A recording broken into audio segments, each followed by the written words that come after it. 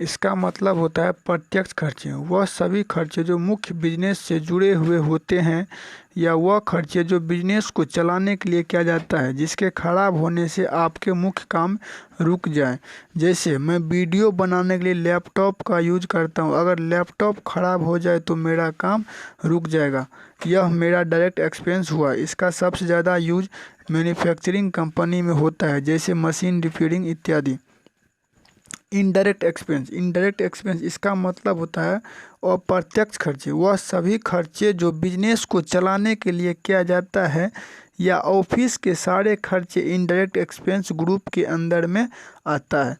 उदाहरण, ऑफिस के सारे खर्चे, staff salary, power charges, telephone bill, courier, stationery, advertisement.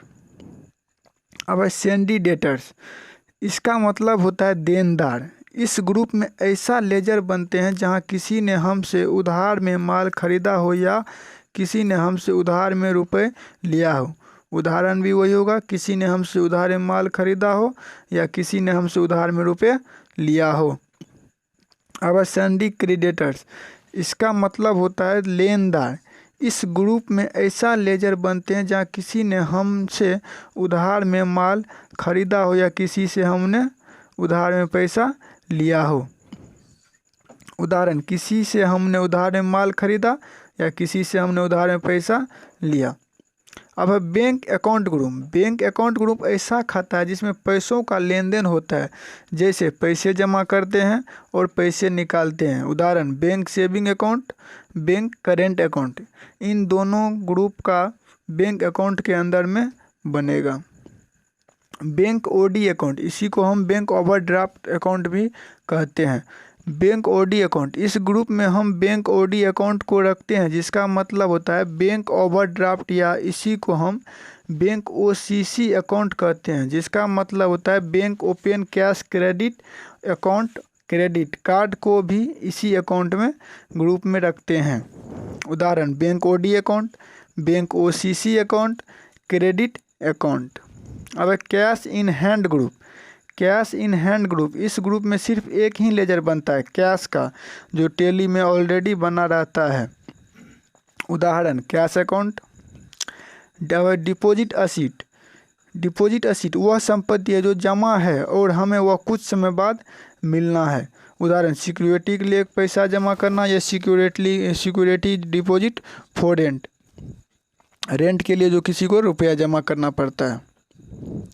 अब ड्यूटीज एंड टैक्सेस, इस ग्रुप में हम जितना भी टैक्स होता है उसका लेजर बनाते हैं, जैसे जीएसटी बिल हुआ, सीजीएसटी हुआ, टीडीएस हुआ और सेस हुआ। अब फिक्स्ड एसेट। फिक्स्ड एसेट का मतलब होता है अस्थाई संपत्ति। ऐसा संपत्ति जो हम अपने काम के लिए खरीदते हैं या अपने काम आता है, वह बेचने के लिए नहीं होता है। उदाहरण, मशीनरी आइटम, ऑफिस में होने वाले चेयर, कंप्यूटर इत्यादि।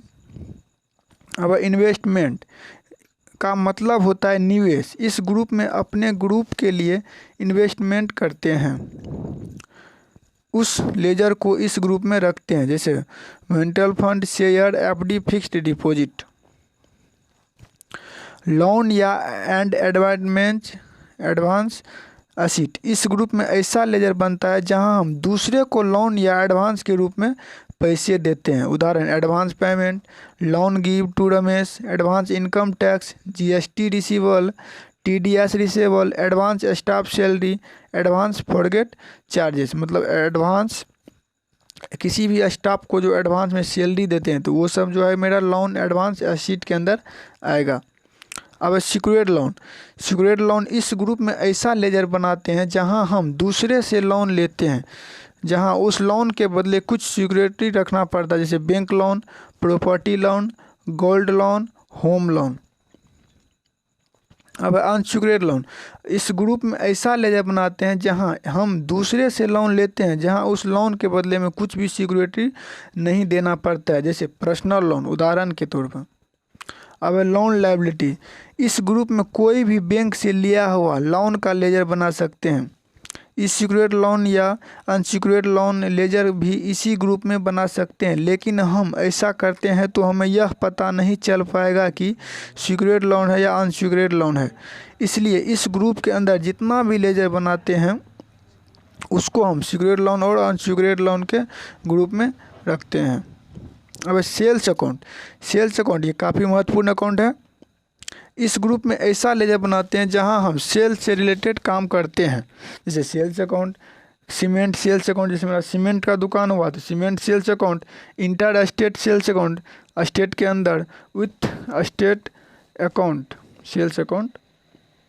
उसके बाद परचेज अकाउंट, ये भी काफ़ी इंपॉर्टेंट अकाउंट है। इस ग्रुप में ऐसा लेजर बनाते हैं जहां हम परचेज से रिलेटेड काम करते हैं। उदाहरण purchase account, cement purchase account, inter state account with state purchase account. अब कैपिटल अकाउंट, कैपिटल का हिंदी होता है संपत्ति। कैपिटल इसका मतलब हिंदी में पूंजी होता है। इस ग्रुप में ऐसा लेजर बनते हैं जहां आप अपना बिजनेस को करने के लिए खुद का पैसा लगाते हैं। उदाहरण मान लो आपके पास 2 लाख रुपया है, आप एक कपड़े का दुकान खोलते हैं तो दुकान को खोलने के लिए आपको 2 लाख लगाए, वह आपका कैपिटल हुआ। उस कपड़े की दुकान में आपने टोटल 5 लाख लगाए, जिसमें 2 लाख खुद का और 3 लाख बैंक से लोन लिया, जिसमें अपने 2 लाख खुद को लगाया, वह आपका कैपिटल हुआ। जैसे उदाहरण health insurance, LIC, school fee, capital account. अब है प्रोविजनियर्स। इस ग्रुप में ऐसा लेजर बनाते हैं जहां हमें अपने बिजनेस में होने वाले लॉस का पहले से अनुमान लगाना या डूबने वाले पैसे के बारे में पहले से अनुमान लगाना होता है। उदाहरण fixed deposit, provision account, fixed asset depreciation. अब रिवर्स एंड सरप्लस। इस ग्रुप में ऐसे लेजर बनाते हैं जहां बिजनेस को और आगे बढ़ाने के लिए कमाया हुआ संपत्ति को बचा कर रखना, बिजनेस को और आगे बढ़ाने के लिए या बिजनेस से जो भी प्रॉफिट हो उसे आधा बचा कर रखना बिजनेस को आगे बढ़ाने के लिए।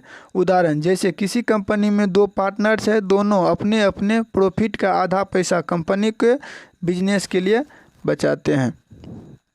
ब्रांच या डिवीज़न तो आप लोग समझ गए होंगे।